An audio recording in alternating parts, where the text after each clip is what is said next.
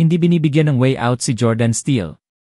Sa sandaling ito, nakisabay din si Jordan sa pagtawa at kumuha ng isang baso ng alak bago naglakad patungo kay Hailey. Hailey, congratulations, sa wakas makakahanap ka na ng lalaking tugma sa'yo.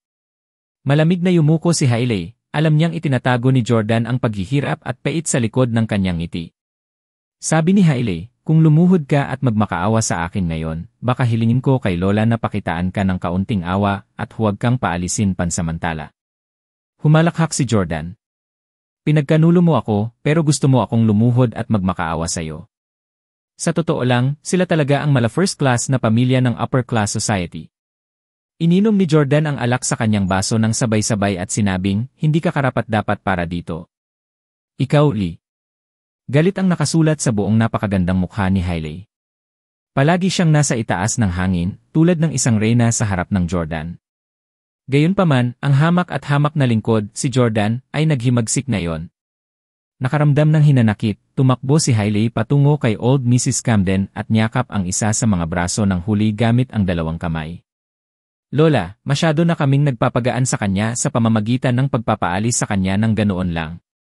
Lumapit naman si Drew na katabi rin ni Hailey. Tama si Hailey. Dapat natin siyang turuan ng leksyon. Pinagkrus ng matandang Mrs. Camden ang kanyang matatandang kamay at tinapik ang kanyang mga apo habang inaalo sila.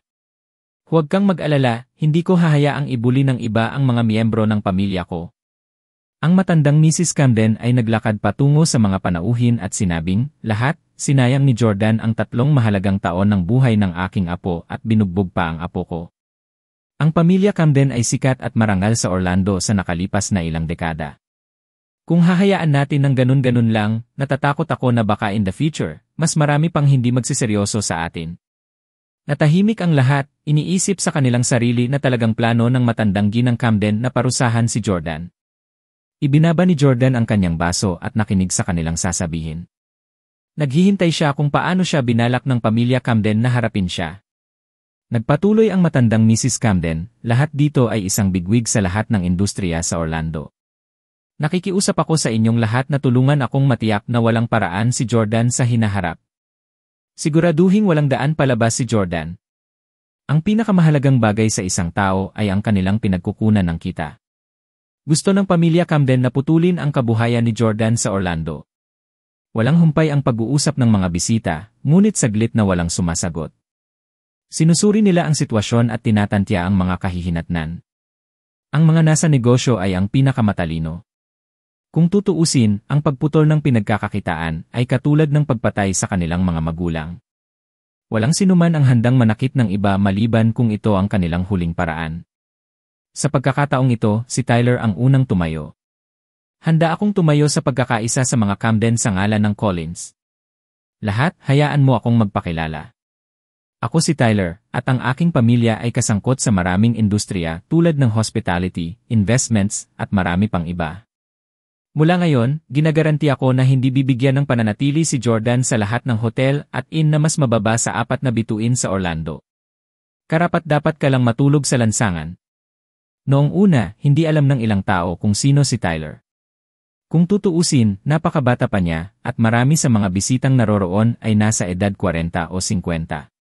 Gayunpaman, pagkatapos ng kanyang pagpapakilala, nalaman ng lahat ang kanyang pagkakakilanlan. So ito ang sao ng Collins, ha? Narinig ko na 70% ng mga hotel sa Orlando ay pag-aari nila. Hindi lang yun. Ang Collins ay nagmamay-ari ng shares sa iba't ibang kilalang brand tulad ng Hyatt at Marriott.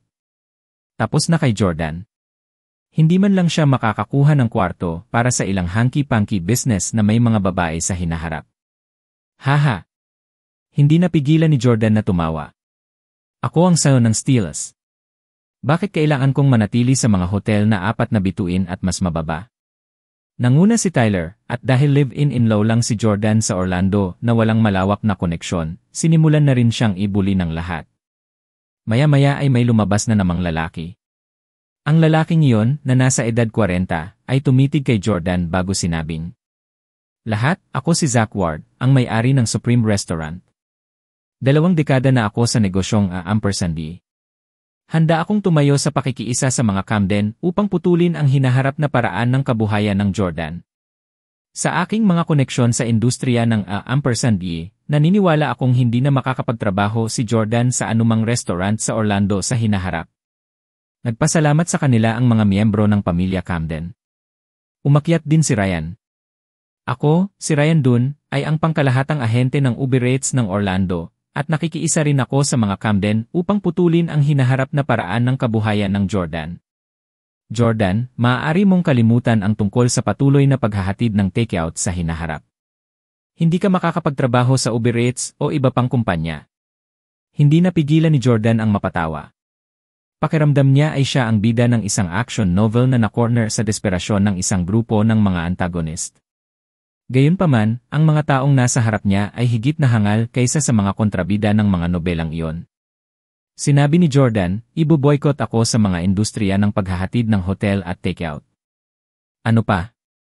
Isang tao ang tumayo at sinabing, ako ang boss ng Goldmine Karaoke. Hindi ka makakakuha ng trabaho bilang server sa lahat ng karaoke joints at bar sa hinaharap. Hahaha, maganda, meron pa ba? Patuloy na tanong ni Jordan. Hindi nagtagal, 2 pang tao ang dumating, ngunit ang mga trabahong inilista nila ay pawang mga trabahong mababa ang kasanayan. Sa kanilang opinyon, si Jordan ay mahina ang pinag-aralan at walang karanasan sa trabaho. Kaya, para sa kanila, siya ay karapat-dapat lamang sa mga mababang antas ng trabahong paggawa. Hanggat naputol ang kanyang kabuhayan, wala siyang paraan upang mabuhay sa Orlando. Nang makitang tila hindi nagpanik si Jordan, biglang sumingit si Drew. Jordan, ang galing ng pump na ito sa pakikipaglaban. Mag-a-apply ba siya ng trabaho bilang bodyguard?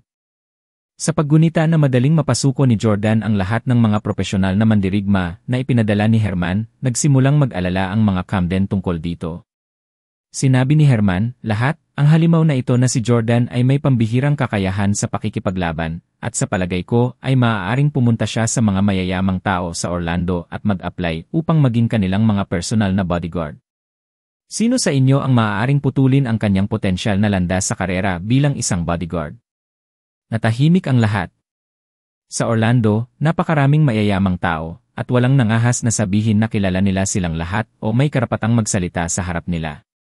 Sa sandaling ito, biglang tumawa ng kaakit-akit ang isang babaeng matagal ng tahimik na nakaupo. Sinundan ng lahat ang boses, at nakita ko ang isang babaeng nakasuot ng pulang business suit na nakaupo at naka-cross legs at nakakaakit.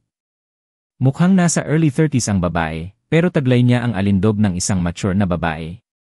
Maputi ang kanyang balat at sexy na mapupulang labi. Nakasuot ng maiksing palda na masikip sa balat, ginawa niyang ligaw ang imahinasyon ng maraming tao. Uy, Miss Clarke, kailan ka dumating? Sorry sa hindi pagtanggap sa'yo kanina. Patawarin mo ako. Matapos mapansin ang babaeng iyon, tuwang-tuwang naglakad si Herman. Nang tumingin sa babae ng may pagnanasa, tinapik ni Ryan si Herman sa kanyang balikat at tinanong. Camden, sino ang kagandahang ito? Ipakilala mo siya. Tiningnan ni Herman si Ryan ng may paghamak at naisip, hindi talaga bagay si Ryan sa upper-class circle sa Orlando. Hindi nga niya kilala kung sino ang babaeng ito. Sinabi ni Herman, siya ang Deputy President ng Ace Corporation, Miss Victoria Clark. Ano? Ang Deputy President ng Ace Corporation? Natigilan si Ryan at ang iba pa. Alam nila kung gaano ka-impluwensya ang Ace Corporation sa Orlando. Para maabot ang posisyon ng Deputy President, talagang pambihira siya. Ang katotohanan na nagawang maabot ni Victoria ang Deputy President ng Ace Corporation sa murang edad ay nagpaisip sa lahat kung gumamit ba siya ng anumang koneksyon. Biglang sumimangot si Jordan, maingat na tumingin kay Victoria, at sinabing may pagtataka, siya ay mula sa aming kumpanya. Maraming mayayamang tao sa Orlando, at ang mga Camden ay may malawak na koneksyon, ngunit alam lang natin ang tungkol sa 2 sa kanila. Tumawa si Herman. Gayunpaman, kung mayroong isang tao na nakakakilala sa lahat ng mayayamang tao sa Orlando at may magandang relasyon sa kanilang lahat, naniniwala ako na may isang tao lamang sa Orlando, at siya ay si Miss Clarke. Nang marinig ang sinabi ni Herman, nagpasya rin si Ryan na pabor. Napakaganda ni Miss Clarke. Natatakot akong lahat ng mayayaman sa Orlando ay gustong makilala siya. Kumunot ang noo ni Victoria at sinabing, pinapamukha niyo na lahat ng mayayaman sa Orlando ay may relasyon sa akin. I'm sorry, my bad. Nagmamadaling yumuko si Ryan at nanatiling nakatutok ang mga mata sa stilettos ni Victoria. Hindi niya napigilang malunok ang kanyang laway. Tumingin si Herman kay Victoria at sinabing, "Miss Clarke, mangyaring makialam at iwan si Jordan ng walang paraan." Dahil lumitaw si Victoria sa paiging ng kaarawan ni Old Nres Camden, pinatunayan nito na mayroon siyang ilang relasyon sa mga Camden. Ang pamilya Camden ay nagbigay kay Victoria kamakailan ng maraming benepisyo upang makatanggap ng $70 milyong mula sa Ace Corporation. Kung hindi biglang nagkaroon ng pagbabago ng presidente ang Ace Corporation, matagal nang ipinagkaloob ni Victoria ang puhunan na $70 milyong sa kumpanya ng pamilya ng mga Camden. Gayunpaman, si Victoria ay may sariling paraan ng paggawa ng mga bagay at hindi sumunod sa mga utos ni Herman. Sa upper-class circle sa Orlando, maraming tao ang nakakaalam na si Victoria ang may mayayamang lalaking nakabalot sa kanyang daliri at hindi ang kabaligtaran. Hindi sumagot si Victoria at sa halip ay naglabas ng isang eleganteng box ng Capri Ladies cigarettes sa kanyang pink na Chanel bag bago naglabas ng sigarilyo mula sa kahon. Katulad ni Victoria, ang sigarilyo ng Capri Ladies ay balingkinitan at naglalabas ng pambabaeng lambing at sultriness. Ang mga sigarilyong iyon ay mabibili lamang sa ibang bansa at sa makatuwid ay napakamahal. Gayunpaman, minsan itong pinausukan ni Jordan sa ibang bansa. Ang mga sigarilyong ito ay malamig at nakakapresko. Pareho ba ang lasa ni Victoria? Hindi talaga maiwasan ni Jordan na mag-harbor din ng mga disenyo sa Victoria. Siya ay talagang hindi kapani-paniwalang kaakit-akit. Naka-cross-legged si Victoria na may hawak na sigarilyo sa kanyang kanang kamay habang ang mga lalaking nakapaligid sa kanya ay naglabas ng mga lighter at handa nang magsindi ng kanyang sigarilyo para sa kanya. Sila Ryan, Zach, Herman at Benedict. Nang makita ang eksenang ito, napangiti si Jordan. Katulad ito ng eksena sa pelikula Malna. Gayunpaman, malamang na mas sexy at mas pambabae si Victoria kaysa kay Monica Bellucci. Gayunpaman, hindi pinili ni Victoria ang sinuman sa mga lalaking nakapaligid sa kanya. Tumingin siya kay Jordan at pinulupot ang daliri nito. "Halika rito." Galit na sumisigaw ang lahat kay Jordan, ngunit kinausap ni Victoria si Jordan ng may matinding lambing. Hindi simple ang babaeng ito. Hindi nakakagulat na maaari siyang maging deputy president ng Ace Corporation. Napaisip si Jordan sa sarili. Dahil interesado rin siya sa kanya, nagpasya si Jordan na maglakad. Tiningnan ni Victoria si Jordan na may kaakit-akit na ngiti at sinabing, "Ikaw, magsindi ka ng sigarilyo ko." Ang mga nakapaligid na lalaki na may hawak na iba't ibang mamahaling lighter ay natigilan sa pagtataka. Hinayaan talaga ni Miss Clarke na magsindi ng sigarilyo ang walang kabuluhang iyon. Hindi ko gets. Anong karapatan ng walang kabuluhang iyon? Para sa mga upper-class na lalaki ng Orlando, ang pagsindi ng sigarilyo para sa isang babae ay talagang isang karangalan. Sumagot kaagad si Jordan, "Wala akong lighter." Halos himatayin sina Herman, Ryan at ang iba pa. "Wala kang lighter? Ang daming lighter dito, hindi ka ba marunong manghiram ng isa?" How dare you public rejection Victoria, the top goddess of Orlando's upper-class circle of wealthy and powerful figures. Pati si Victoria ay natigilan. Ibinalik niya sa kaha ng sigarilyo ang sigarilyo na nasa bibig niya. Tumayo siya sa kinaupuan niya at naglakad patungo kay Jordan.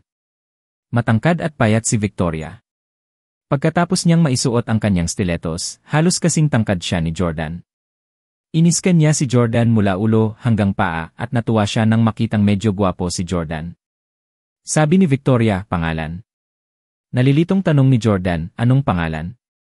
Sinabi ni Victoria, "Ang iyong pangalan." Tanong ni Jordan, "Bingi ka ba?" Hindi ba sinabi ni Herman na ang pangalan ko ay Jordan Steele? Bastos! Huwag kang bastos kay Miss Clarke. Malakas na sinaway ni Herman si Jordan.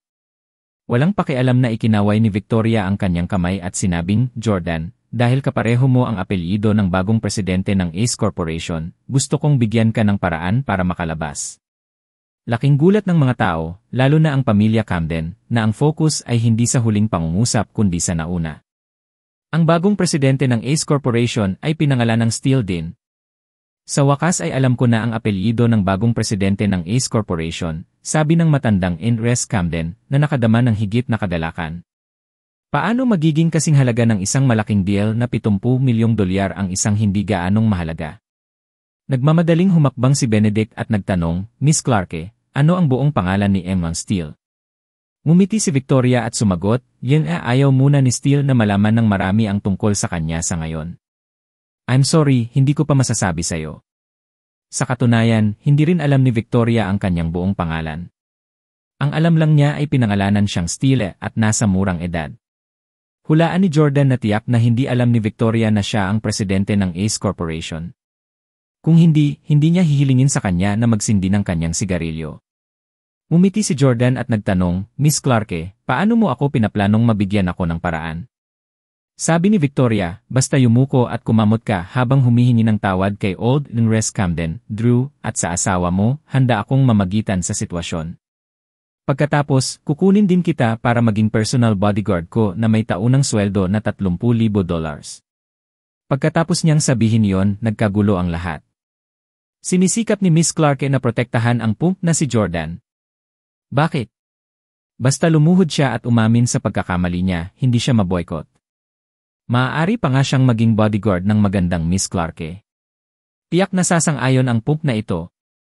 Napatingin si Victoria kay Jordan na may kung anong kalabuan sa kanyang mga tingin, at kahit papaano, umusbong ang selos sa puso ni Hailey.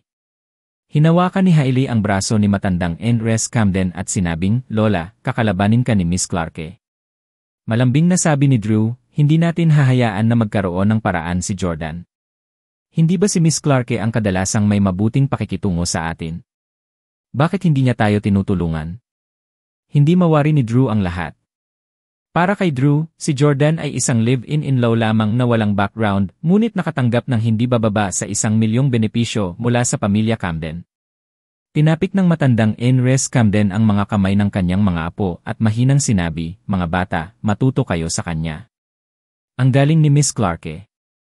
Bakit siya naging deputy president sa murang edad?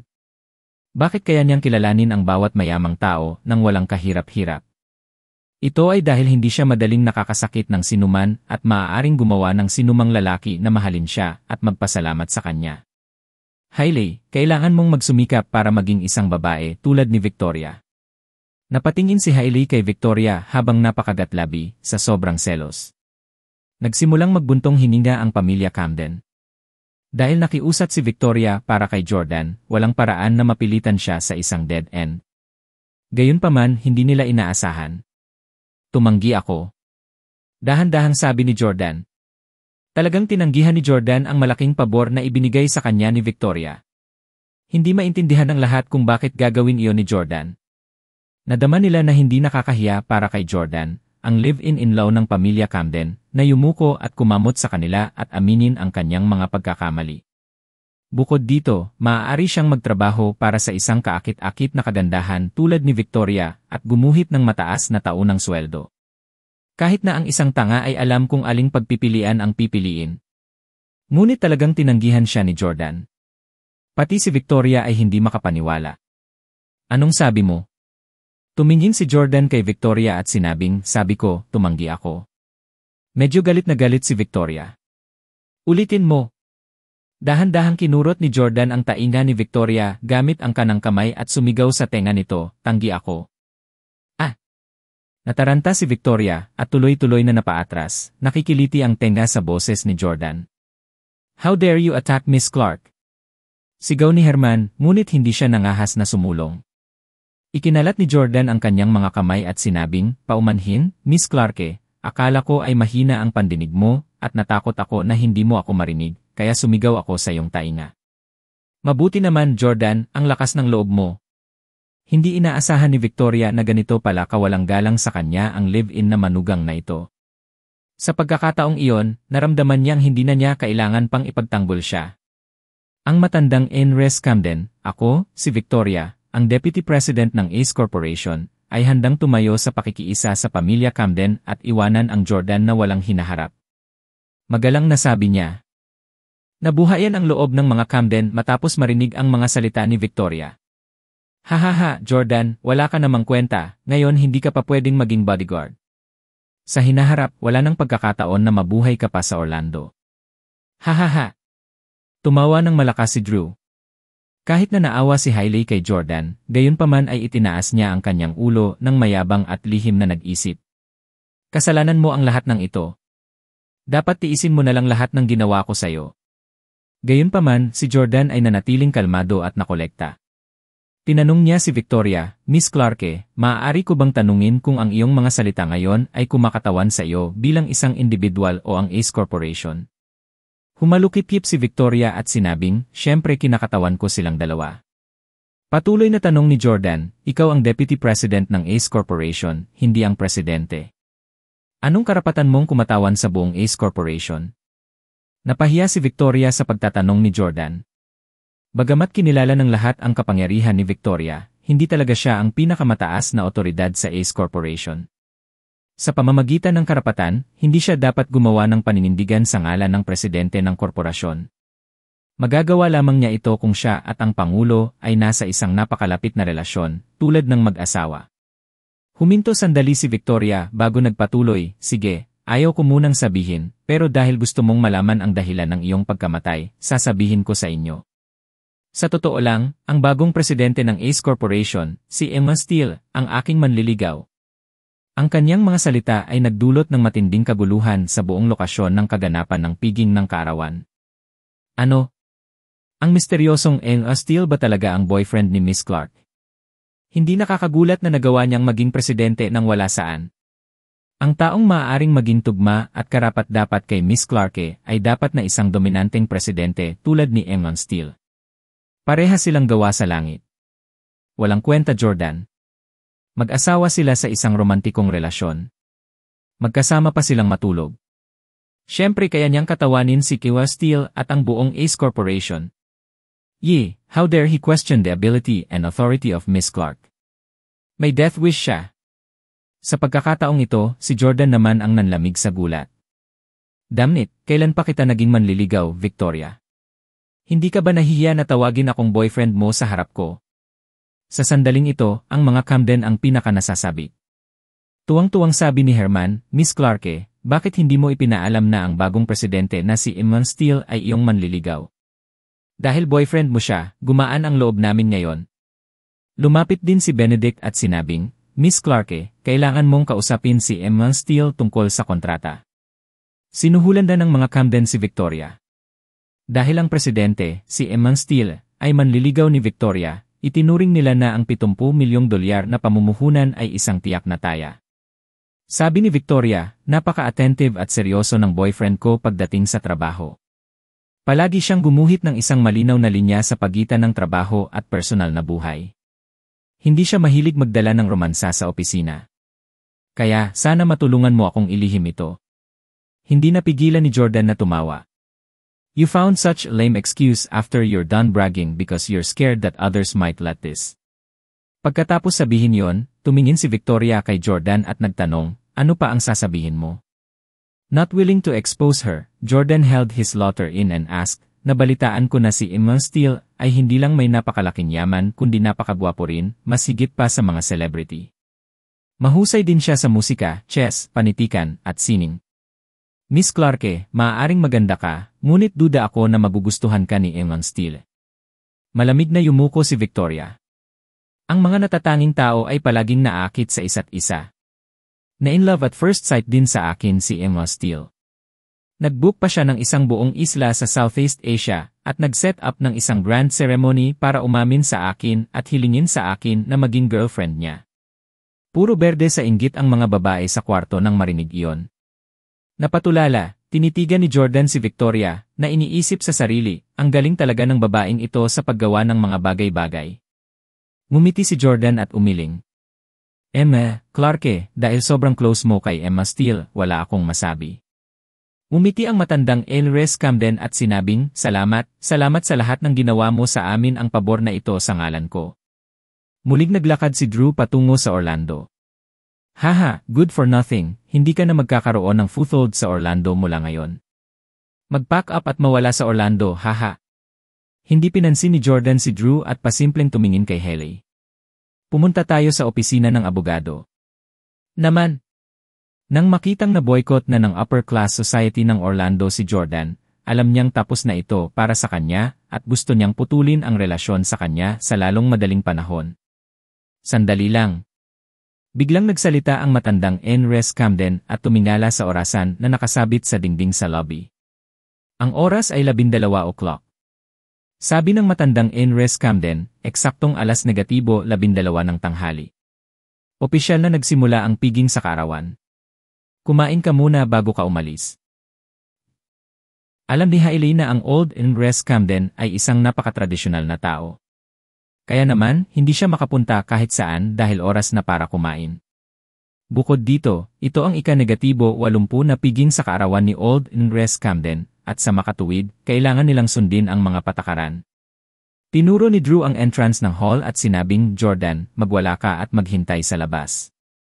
Pupuntahan ka ni Hailey sa opisina ng abogado pagkatapos niyang kumain. Gayunpaman, sa sandaling ito, biglang sinabi ng matandang Enres Camden, Jordan, maaari kang manatili at kumain kasama namin. Gulat na bulalas ni Drew, Lola, bakit mo siya pinababayaan?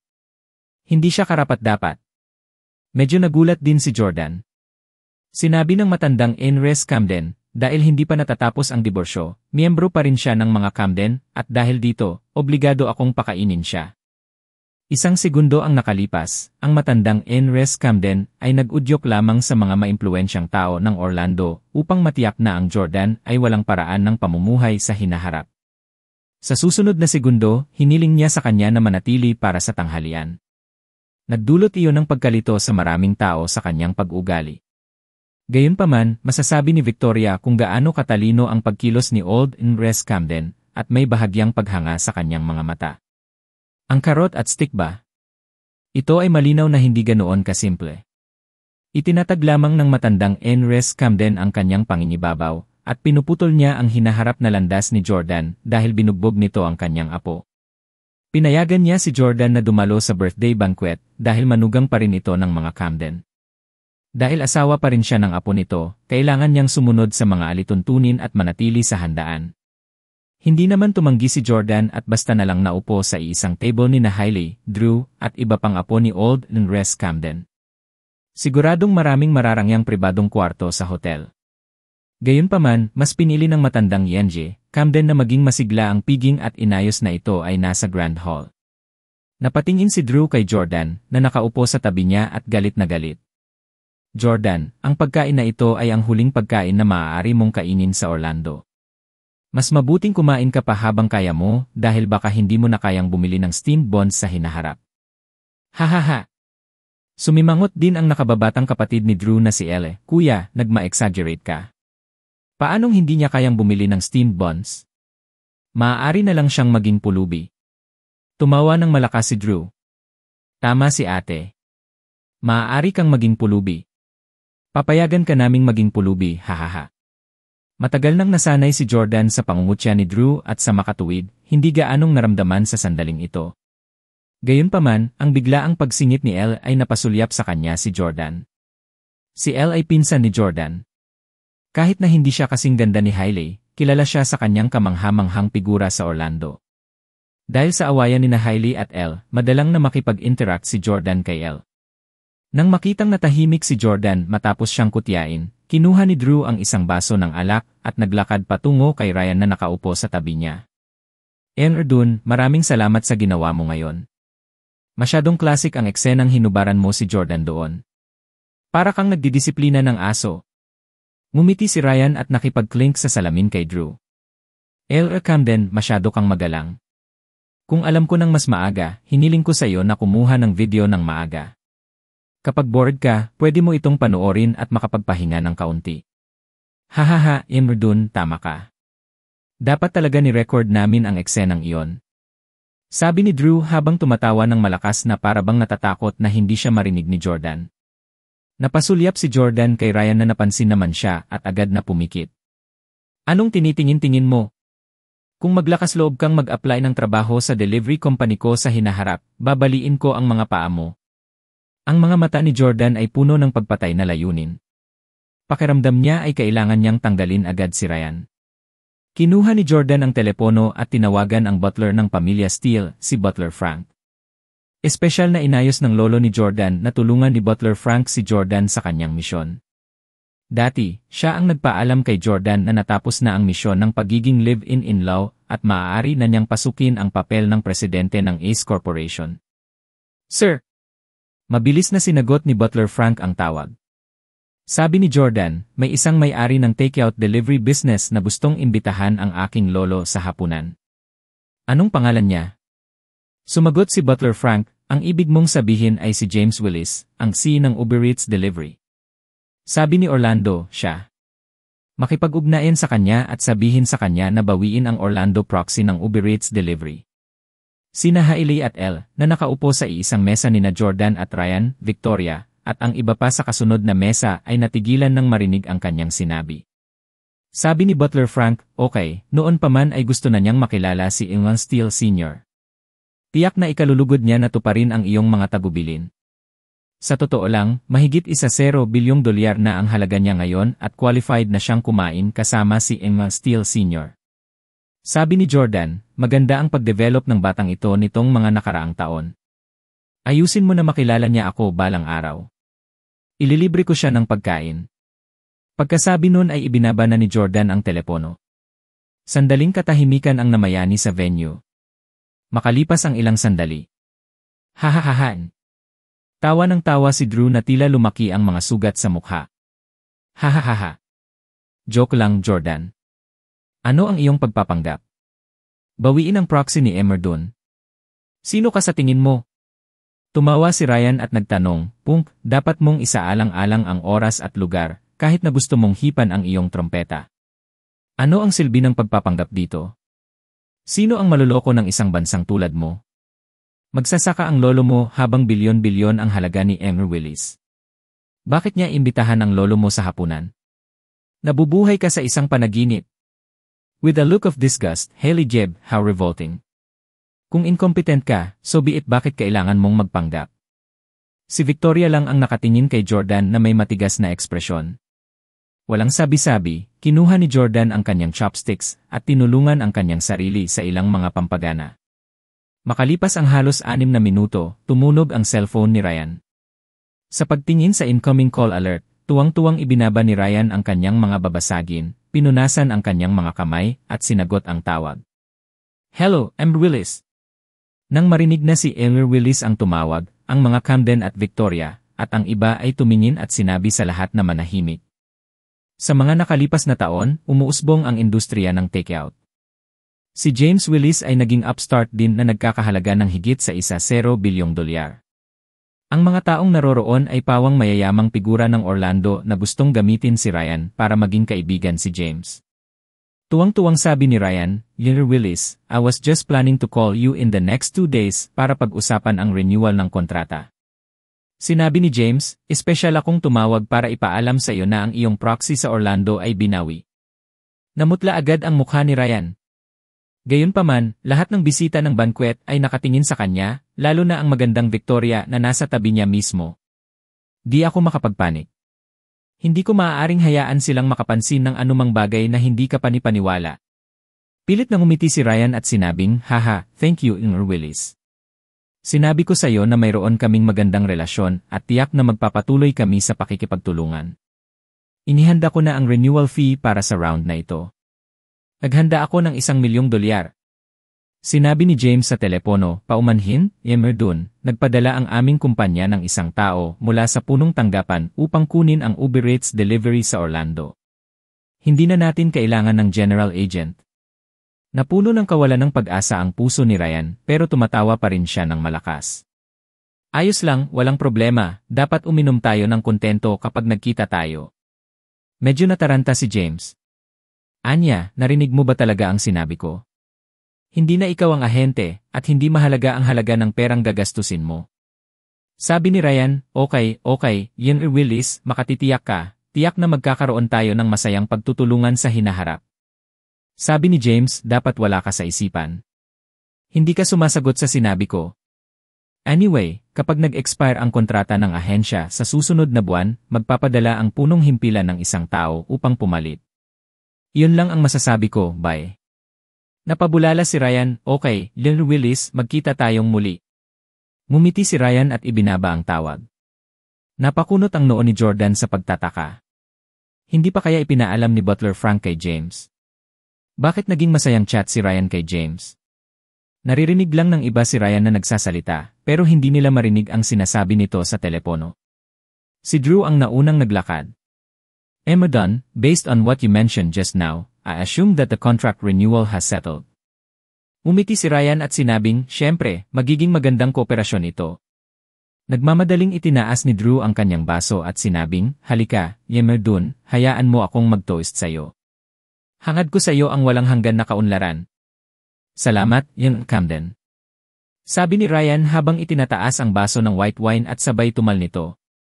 Nagulat si Drew, wow, ang prangka mo talaga, Emma Dunn, nabigla mo lahat.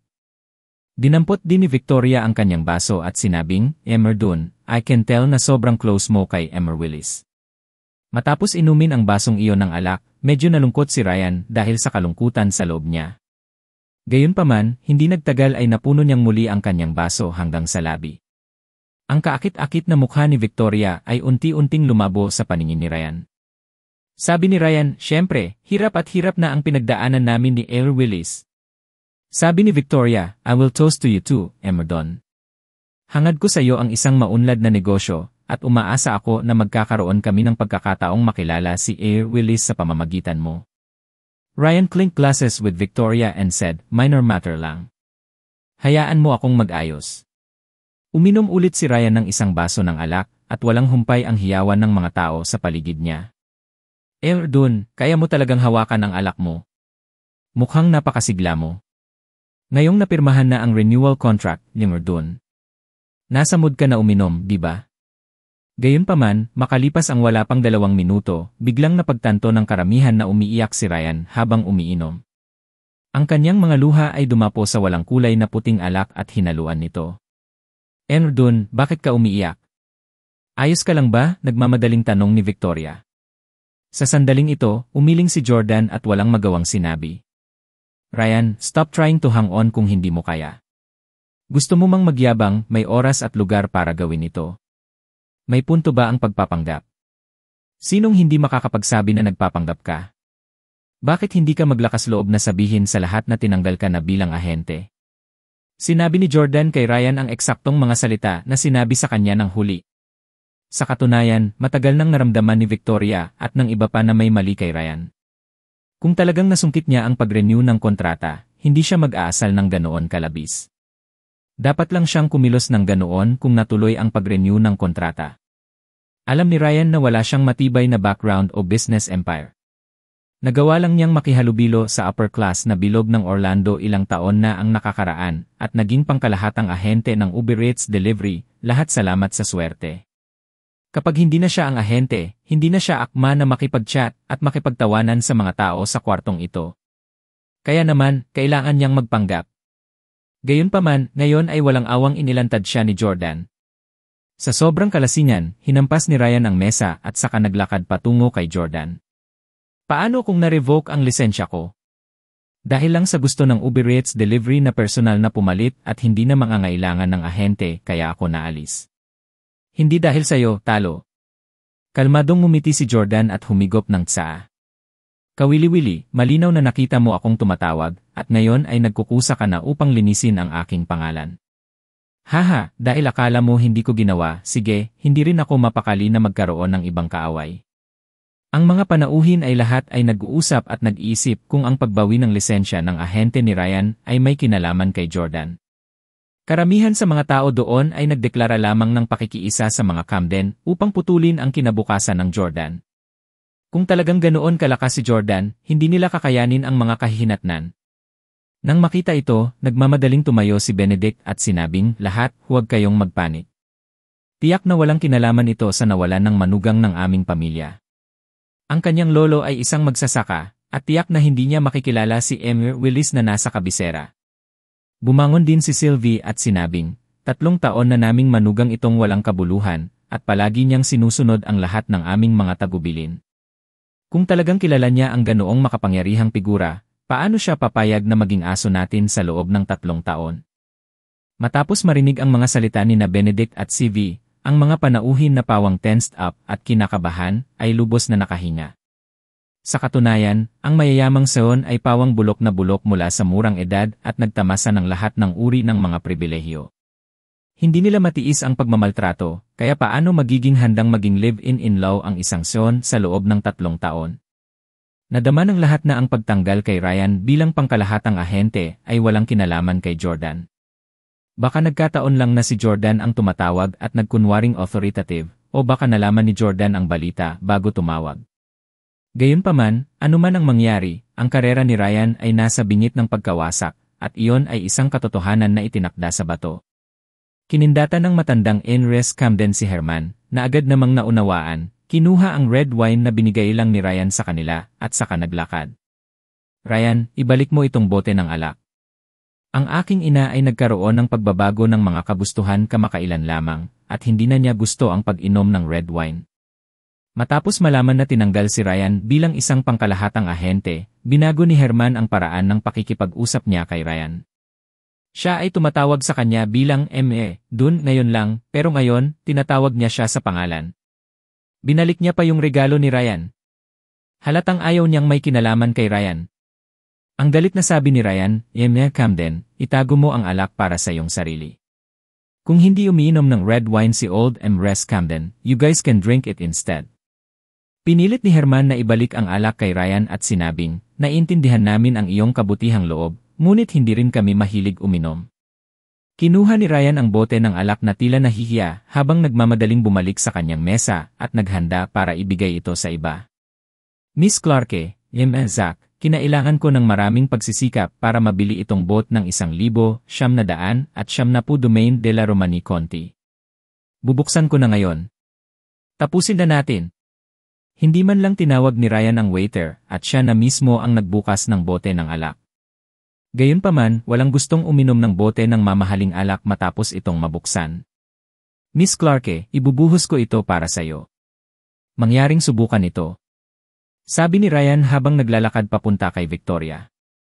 Magalang na tumanggi si Victoria, paumanhin, nagmaneho ako dito. Hindi ako makainom. Hindi ka makakainom. Malinaw na naalala ni Ryan na ngayon lang, nagkusa si Victoria na mag-toast sa kanya. Naglakad si Ryan patungo kay Zach, na parehong pinabulaanan, puting wine lang ang iniinom ko. Sinamantala ng ibang mga tao sa hapag na kunin ang kanilang mga baso at pumunta sa mesa ni Old Res Camden sa hangaring mag-toast sa kanya at batiin siya ng maligayang kaarawan. Si Victoria na lang ang naiwan sa mesa na masigla kanina. Isang mahirap na tao sa isang pragmatikong lipunan. Nang makita ang kaawa-awang kalagayan ni Ryan, hindi napigilan ni Jordan na umiling. Ang mga Camden at ang nakatataas na echelon sa bilog na ito ay masyadong pragmatic. Hindi katakataka na magtaksil si Hailey sa kanyang asawa alang-alang sa pera. Nang makita ni Ryan na si Victoria na lang ang natitira sa mesa, naisip niyang willing pa rin si Victoria na maging kaibigan niya. Lumapit si Ryan at nagtanong, Miss Clarke, pwede ba tayong magpalitan ng mga numero? Gusto kong yayain si Emil Willis na kumain kung may pagkakataon sa hinaharap. Humigop ng tsaa si Victoria at sinabing, paumanhin, hindi ko dala ang cellphone ko. Oh, CJ. Mukhang nahihiya si Ryan. Bilang isang lalaki, ang pinakamalungkot at masakit ay hindi ang binubugbog kundi ang hinahamak at minamaliit ng iba. Ibinigay na ni Jordan kay Ryan ang parusang nararapat sa kanya. Si Ryan ay nakatayong mag-isa habang hawak ang bote ng red wine, habang ang iba naman ay nagtatawanan at masayang nagkukwentuhan. Nang makitang nasa miserableng kalagayan si Ryan, nakiramay si Jordan sa kanya at nagpasya na bigyan siya ng isa pang pagkakataon. Ryan. Biglang tinawag ni Jordan si Ryan saka kumuha ng isang basong alak na walang laman. Kung taos puso kang humingi ng tawad sa akin ngayon, papayagan kitang buhusan ako ng isang baso ng alak, at pagkatapos ay sasabihin ko kay James Willis na maaari mong i-renew ang kontrata para sa 1 taon. Hindi masyadong malinaw ang sinabi ni Jordan, ngunit kung ininom niya ang alak na ibinuhos ni Ryan, ibig sabihin ay napatawad na niya si Ryan. Wala ni isa sa mga taong binuhusan ni Ryan ng alak ang handang uminom nito, kaya talagang binibigyan siya ng pabor ni Jordan. Gayunpaman, naramdaman ni Ryan na sinasamantala siya ni Jordan. Sinabi ni Ryan, ang bote ng alak na ito ay nagkakahalaga ng higit sa 100,000. Kung gusto mo talagang uminom, sabihin mo lang. Bakit parang big boss ka? Gusto mo humingi ako ng tawad sa'yo, isang walang kwentang live-in-in-law? Hindi ba't parang mas lalo akong hinamak ng lahat ng nandito? Paano ko pa rin ipagpapatuloy ang pagiging bahagi ng bilog na ito? Umiling si Jordan at sinabing, talagang ang isang taong kaawa-awa ay dapat may kasuklam-suklam na kapintasan. Sa kasong ito, hahayaan kitang alagaan ang iyong sarili. Dati, may simpatya si Jordan kay Ryan, marahil dahil pinalaki siya ng kanyang lolo na isang mabait na tao. Sabi ng lolo ni Jordan, mas masaya daw ang mababait. Dahil hindi pinahalagahan ni Ryan ang pagkakataong ibinigay sa kanya ni Jordan, hindi na naawa ang huli kay Ryan. Mabilis na kinuha ni Ryan ang red wine at awkward na umalis sa handaan. Pagkaalis ni Ryan, tumingin si Jordan sa kanyang malungkot na likod at lihim na naisip. I wonder if I will meet this guy again in the future. Baka magsisisi siya kapag nalaman niyang CEO ako ng Ace Corporation in the future, ha? Habang nag-iisip, sumandok si Jordan ng sabaw para sa sarili gamit ang kutsara. Sa kanyang pagtataka, si Elle, na nakaupo sa tapat niya, ay gustong uminom din ng sopas, at dahil dito, nagkadikit ang kanilang mga kutsara. Klang! Nakakainis, nahawakan ng kutsara ko ang kutsara ng walang kabuluhang iyon. Madumi na ngayon ang kutsara ko, Agad na humagulgol si Elle at humagulgol sa pagtataboy. Nagmamadaling nagsalita si Drew para sa kanyang kapatid, Jordan, sa lahat ng ulam, kailangan mo lang makipaglaban sa kapatid ko. Ito ba ang gusto mo? Kung tutuusin, may mga bagay lang na iniisip si Jordan at hindi na nag-abalang pansinin ang gusto niyang kainin.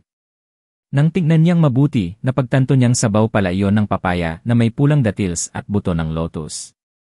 Papaya. Napatingin si Jordan sa makapal na anyo ni Elle at agad na nakaramdam ng awkward. Ang kaakit-akit na figura ni Elle ay kinikilala sa kanyang dieta at hindi sa kanyang genetika.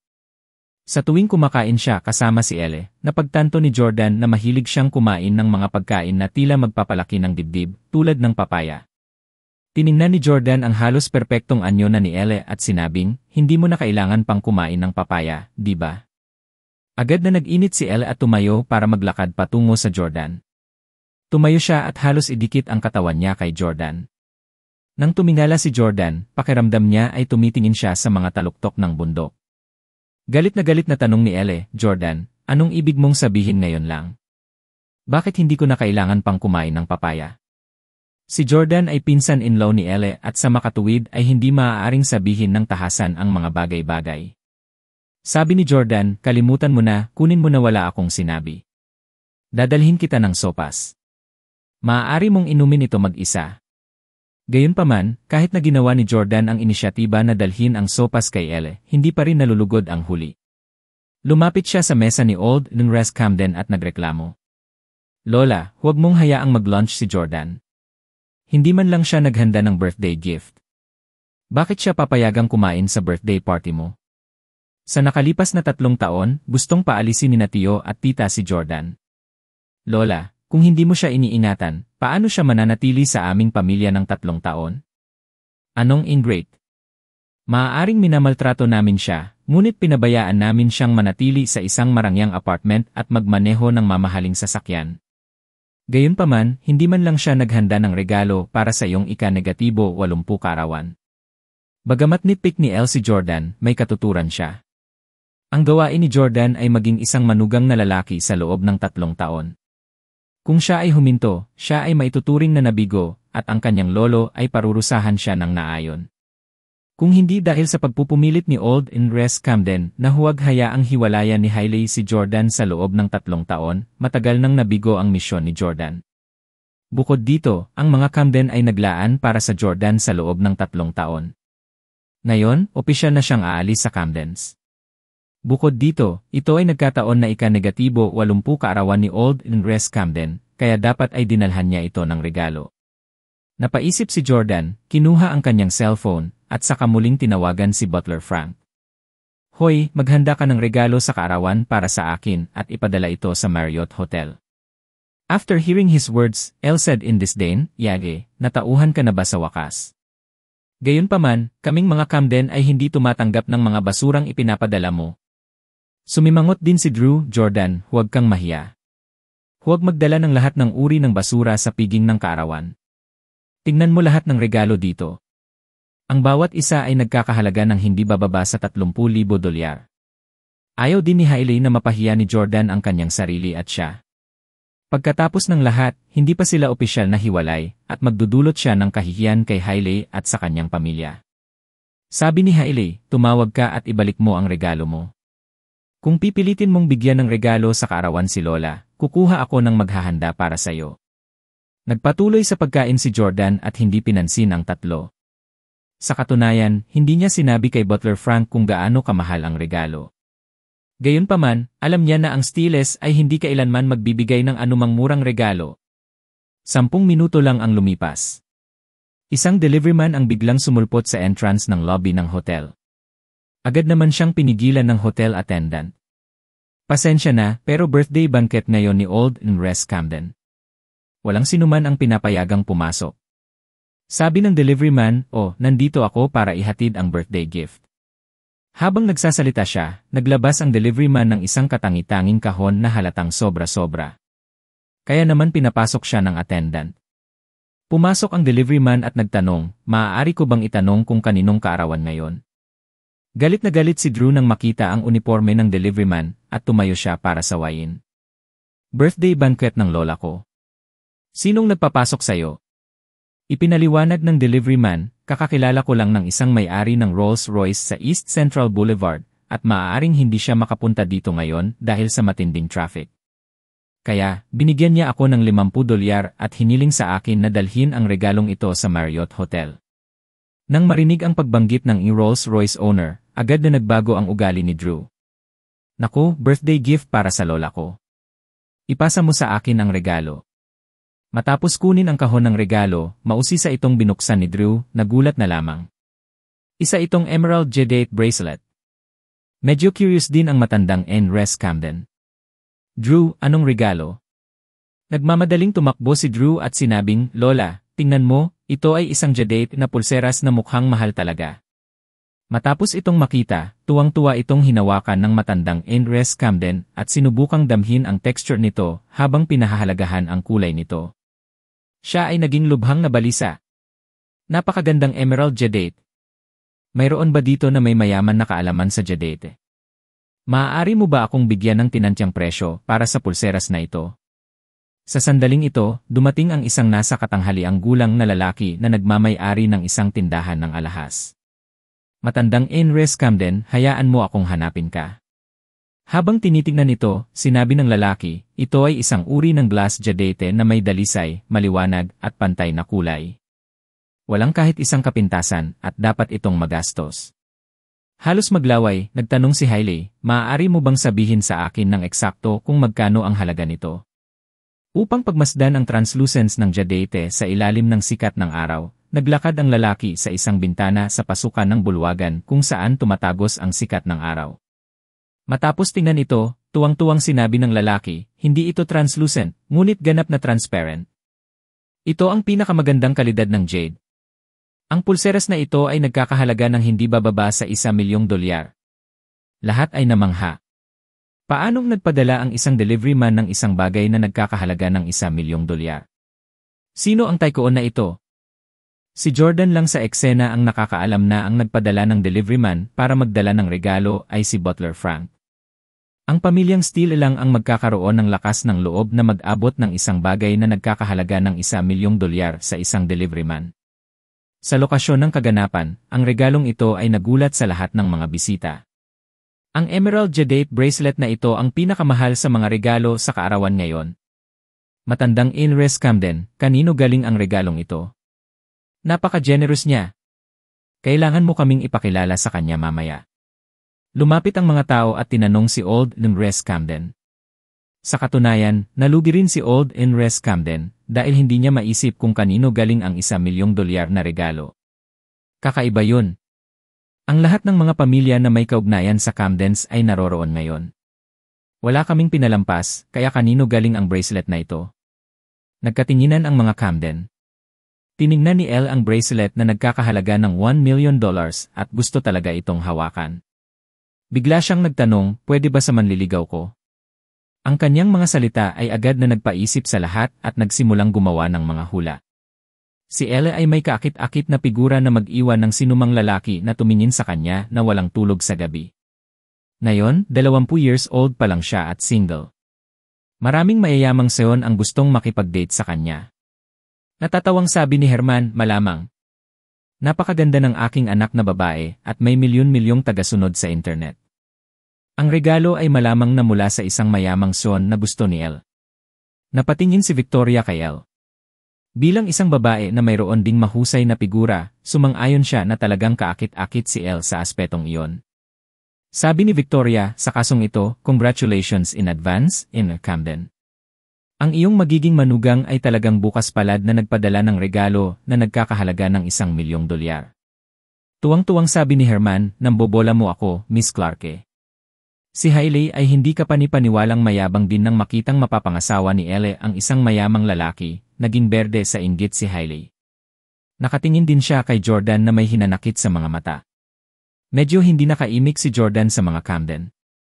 Malinaw na tinawagan niya ang isang tao upang magpadala ng regalo sa harap ng lahat ng naroon. Gayunpaman, walang nag-isip na ang regalo ay mula sa Jordan pagkatapos itong dumating. Mas gugustuhin pa nilang maniwala na galing iyon sa manliligaw ni Elle, na sa huli ay walang katuturan. Ibinaba ni Jordan ang kanyang mangkok at kubyertos at pagkatapos ay tinanong si Hailey, Hailey, tapos ka na bang kumain? Umirap si Hailey kay Jordan bago nagtanong, meron. Anong gusto mo? Tumayo si Jordan mula sa mesa at sinabing, dahil kumain na tayo at naibigay ko na ang regalo ko, pumunta tayo sa opisina ng abogado para makipagdiborsyo ngayon. Teka, anong sabi mo? Naibigay mo na ba ang regalo? Kailan mo ginawa yon? Tanong ni Hailey kay Jordan. Naiinis lang siya sa pagiging incompetence ni Jordan dahil sa usapin tungkol sa regalo dahil pati ang manliligaw ni Elle ay nagpadala ng regalo na nagkakahalaga ng $1,000,000. Si Jordan man lang ay naging manugang ng mga Camden sa loob ng 3 taon, ngunit hindi man lang siya naghanda ng regalo. Itinuro ni Jordan ang jade bracelet sa kamay ni Old and West Camden at sinabing, iyan ang regalo. Matapos marinig ang kanyang mga salita, galit na hinampas ni Herman ang mesa at tumayo. Jordan, napakawalang hiya mo. How dare you say na ang bracelet na ito ay regalo mula sa iyo? Ito ay nagkakahalaga ng $1,000,000, isang napakalaking halaga na hindi mo kikitain sa ilang mga buhay. Galit na galit din si Elle. Hailey, kaya mo bang patigilin ang pagiging wastrel mo sa asawa mo? Ito ay malinaw na regalo mula sa aking manliligaw. Panunuyan ni Drew, walang kakayahang magpadala ng disenteng regalo sa kaarawan ang pamilya mong may 4 na miyembro, kaya inangkin mo ang regalo ng iba para sa iyo. Nakakahiya ka sa mga Camden. Nakaramdam ng awkward at kahihiyan, tumahol si Hailey kay Jordan. Bilisan na natin at pumunta sa opisina ng abogado. Ayoko nang maging asawa mo kahit 1 segundo lang. Kinuha ni Hailey ang kanyang bag at naglakad patungo sa pinto. Hailey, ihahatid na kita. Nagmamadaling hinabol siya ni Tyler, mukhang tuwang-tuwa. Tumalikod si Jordan at sinabi sa matandang ginang Camden, sa nakalipas na 3 taon, may mabuti at masamang panahon, ngunit dati kaming isang pamilya. Ang bracelet na ito ay para sa iyo. Maligayang kaarawan. Inis na saway ng biyena ni Jordan na si Sylvie, okay, enough, drop the act, bilisan mo, at magwala. Tumigil ka sa pagmamayabang. Hinawakan ni Drew ang sugat sa mukha at may hinanakit na sinabi, Jordan, pagkatapos mong makipagdiborsyo, sumakay ka sa tren at mawala ka kaagad sa Orlando. Ayokong makita ka ulit sa Orlando. Naririnig mo ba ako? Humalakhak si Jordan at sinabing, it's LV freedom to decide kung gusto kong umalis sa Orlando o hindi. Wala kang karapatang makialam. Pagkasabi nun ay lumabas na rin ang pinto si Jordan. Paglabas pa lang niya ng Marriott Hotel, huminto ang isang LV7 series habang dahan-dahang ibinababa ang window ng passenger seat. Nasa loob ng sasakyan sina Tyler at Hailey. Sabi ni Tyler, Punk, sabi ni Hailey, hindi ka karapat-dapat na sumakay sa LV, kaya mas mabuting sumakay ka ng public sharing bike. Hihintayin ka namin sa harap ng opisina ng abogado. Pagkasabi nun ay inapakan ni Tyler ang accelerator at mabilis na umandar ang LV. Kaswal na pumara si Jordan ng taksi na dumaan at sumunod na malapit sa likod ng LV. Sunod-sunod silang dumating sa entrance ng lawyer's office. Pagdating pa lang sa opisina ng abogado, inilabas na nila ang household register, marriage certificate, at divorce agreement na inihanda na nila. Hindi nagtagal, natapos na silang dalawa sa divorce procedure. Ang opisina ng abogado ay nagbigay sa bawat isa sa kanila ng isang lilang sertipiko ng diborsyo. Opisyal na idineklara na ang kanilang kasal ay dissolved na at hindi na sila mag-asawa. Sa pagtingin sa mga salitang divorce certificate, nakahinga ng maluwag si Jordan. Pakiramdam ko ay nawala ang lahat ng kanyang nakakulong pagkadismaya at pagkadismaya sa nakalipas na 3 taon. Sa wakas, hindi na ako live-in law. Lumabas si Jordan sa opisina ng abogado at hindi maiwasang maging emosyonal. Ang kanyang susunod na karanasan ay isang negosyo, kaya kailangan niyang italaga ang kanyang sarili sa kanyang karera. Sa sandaling ito, tinuya ni Hailey, tama, hindi ka na live-in na manugang, kundi isang inabandona. Mas nakakahiya pa yun sa live-in law. Isang inabandonang manugang. I-live-in son-in-law na ang asawa ay humiwalay sa kanya. Bahala ka kung anong gusto mong sabihin. Wala nang gustong sabihin si Jordan sa pragmatic na babae na pera lang ang mahal. Pumara siya ng taksi at umalis. Galit na galit si Hailey. Bagamat siya ang may kasalanan, pakiramdam niya ay hindi pa sapat ang pag-aaway niya sa asawa. Sumakay si Hailey sa kotse ni Tyler at sinabing, bubuntot siya at tingnan kung aalis siya sa Orlando. Inapakan ni Tyler ang accelerator pedal para makahabol sa taksi na sinasakyan ni Jordan. Umiti siya at sinabing, aalis siya sa Orlando sakay ng tren. Hindi na siya mabubuhay sa Orlando at wala na rin siyang ipon. Kung hindi siya alis, hindi siya makakaligtas sa Orlando. Naramdaman din ni Hailey na malamang ay pipiliin ni Jordan na umalis, ngunit dahil sa titig sa mga mata ni Jordan, nagkaroon siya ng malabong pakiramdam na hindi ganoon kadali ang mga bagay. Habang nagmamaneho, napatingin si Tyler sa divorce certificate na nasa kamay ni Hailey at natatawa. Bakit purple ang divorce certificate? Akala ko berde. Tumango si Hailey at sinabing, it's now purple. Hindi naman masama iyon. Well, ang diborsyo ay isang masayang okasyon para sa atin, hindi ba? Tumawa si Tyler at sinabing, dapat nating paalalahanan si Jordan na ginawa siyang cuckold. Haha. Tumawa si Hailey at mahinang sinuntok si Tyler. Napakasungit mo. Pagkaraan ng ilang minuto, biglang sinabi ni Tyler na nagtataka, hindi ito ang daan patungo sa istasyon ng tren. Nag-alinlangan din si Hailey.